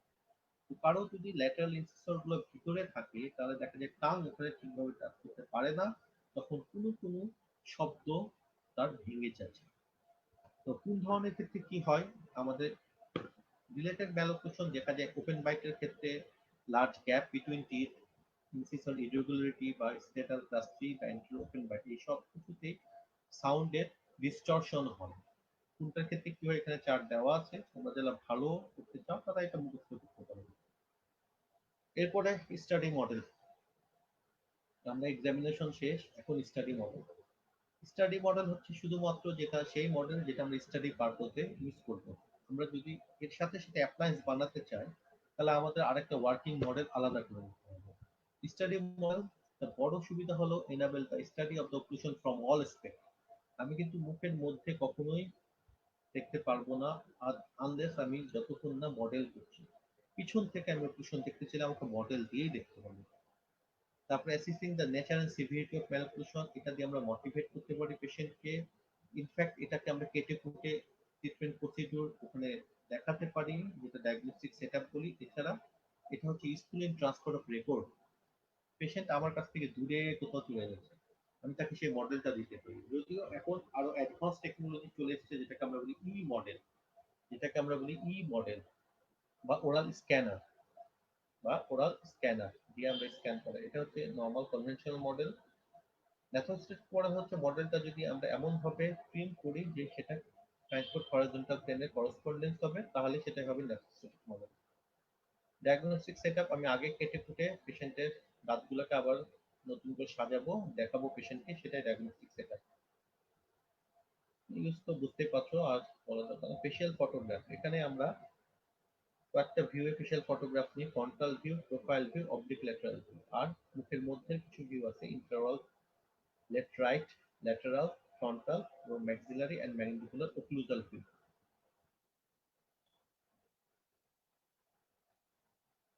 ইলেক্ট্রোমায়োগ্রাফি আমি আগেই বলছি যে মাসেল অ্যাক্টিভিটি দেখার জন্য করা হয়। রেডিওগ্রাফিক এক্সামিনেশন আমাদের এটা আলাদাভাবে আসলে একটা চ্যাপ্টারে আমাদের পড়া উচিত রেডিওগ্রাফ সম্পর্কে, কারণ রেডিওগ্রাফ সম্পর্কে অনেক কথা। তারপর আমরা জাস্ট এটা জানবো যে আমরা কেন রেডিওগ্রাফটা অর্থোডন্টিক্যালি করি। For general development of dentition ঠিক আছে কিনা, ইডাপশন ঠিক আছে কিনা, কোনো অ্যাবনর্মাল টিথ আছে কিনা, টেস্টল তাতে রুটগুলো ঠিকভাবে গেছে নাকি রিজপশন হয়ে গেছে, তারপরে আমাদের যে দাঁত সেটা রুট ফর্মেশন ঠিক আছে কিনা। কারণ আমরা জানি ফিক্সড অ্যাপিয়ারেন্সের ট্রিটমেন্ট করতে হলে আমার দাঁতের রুট ফর্মেশন না হলে আমি পারি না। এই যে সবগুলোই রেডিওগ্রাফের মাধ্যমে আমাদের এক্সামিনেশন করে নিতে হবে। রেডিওগ্রাফ সম্পর্কে সেফালোমেট্রিতে আমি আগেই অবশ্য অনেক কিছু বলে ফেলেছি। তো আমাদের ইন্টারনাল রেডিওগ্রাফ বাইট উইং এ সাধারণত আমরা পাশে যেটা প্রক্সিমাল ক্যারিজ আছে কিনা সেটা ভালো দেখা যায় এবং বাইকটা ভালো দেখা যায়। হ্যান্ড রেডিওগ্রাফ, এটা হ্যান্ড রেডিওগ্রাফ। আর রেডিওগ্রাফের কিছু স্পেশাল রেডিওগ্রাফ যে নতুন অ্যাডভান্স আছে সেটা হচ্ছে টোমোগ্রাফি বা সিবিসিটি। তো রেডিওগ্রাফ সম্পর্কে তোমরা যদি আরো বিশদ জানতে চাও তাহলে আমি তো সেফলোমেট্রি ক্লাসের আগে নিয়েছি, সেটাতে জানতে পারবা। আর অন্যান্য গুলো যদি জানতে চাও আমি অন্য একটা ক্লাসে সেটা বলে দিতে পারবো। তবে রেডিওগ্রাফের সম্পর্কে আমরা নর্মালি সিবিসিটিটা একটু ভালো করে করতে হবে। আর এদিকে হচ্ছে আমাদের আগের যে ইন্টারওয়াল, অর্থোপেন্টামোগ্রাম, সেফলোমেট্রি, এগুলো ভালো করে করতে হবে। তো তোমরা আমাদের সেফলোমেট্রির যে ক্লাসটা আছে সেটা দেখে নিও। এরপরে যদি তোমার রেডিওগ্রাফি আর কোনো কোশ্চিন থাকে বা ডায়াগনোসিস রিলেটেড আর কোনো কোশ্চিন থাকে তাহলে আমাকে কোশ্চিন করবা বা আমাকে ইনবক্স করবা। আমি সবাইকে যতটুকু পারি ভালো করে বোঝানোর অবশ্যই আমার সাধ্যমতো চেষ্টা করব। তো সবাইকে thank you and good night জানিয়ে আজকের মতো আমার অর্থনৈতিক ডায়াগনোসিসের ক্লাস শেষ করছি। সবাই নিরাপদ থাকো, স্টে সেফ, স্টে হোম, ভালো থাকো। ইনশাল্লাহ আল্লাহ রহম হলে আবার আমরা পরে ক্লাস নিব। তোমরা আর কোন কোন টপিক তোমরা চাও আমাকে কমেন্টে জানিও। I will try my level best for completely তোমাদের সেই টপিকগুলোকে জানানো। ইনফ্যাক্ট আজকের টপিকেও যদি তোমাদের কোনো কোশ্চেন থাকে, কোয়েরি থাকে, you will inbox me or you can comment, I will explain. Thank you all.